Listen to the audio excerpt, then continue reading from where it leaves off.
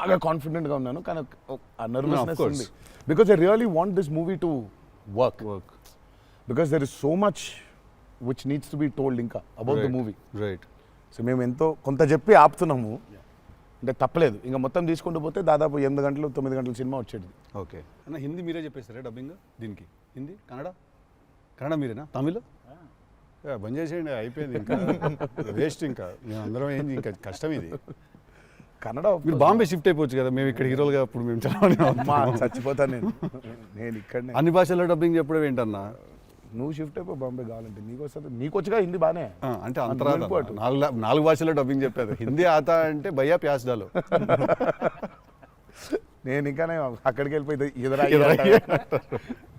ఇదరాయ్యే హిందీ అనుకున్నా. Professionally what is your biggest fear sir?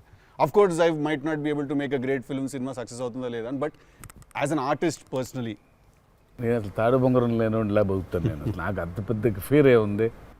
నేను ఎత్తుకున్న ఎమోషన్ రైట్ ట్రాక్లో వెళ్తుందా లేదా? పైగా ఒక్కరితో అయ్యే పని కాదు, 100 మంది ఉంటే కానీ సినిమా అవుద్ది. వీళ్ళందరినీ రైట్ ట్రాక్లో పెట్టి కరెక్ట్ అవుట్పుట్ తీయగలమా లేదా అన్నంత మించి అసలు భయం అనేది లేదు అసలు. ఇంకా అసలు భయం ఛాన్సే లేదు, అదొక్కటే భయం. సో భయం ఎంత అవసరం అని సినిమా తీస్తూ సార్ భయం భయపడే ఛాన్సే లేదని చెప్తున్నాడు సార్. అట్లుంటుంది కొరటాల శివ గారితో. I'm accountable. కరెక్ట్. నాకు ఇచ్చిన జాబ్కి అసలు ఆ ఒక్క భయం ఉంటే ప్రపంచంలో ఇంకెవరికి భయం అవసరంలా, ఆ ఒక్క భయం అడుగుతుంది. కరెక్ట్. ఇంకెందుకు భయం? So accountability. యా అదే కదా భయం అంటే. ట్రూ. నీకు పని ఇచ్చారు, నువ్వు ఆ పని చేసావు భయంతో, అమ్మో ఇది అవ్వకపోతే ఏంటనే ఒక భయం ఉంది. ప్రపంచం అంతా ప్రశాంతంగా ఉంటుంది ఎవడు పని అటు చేస్తే.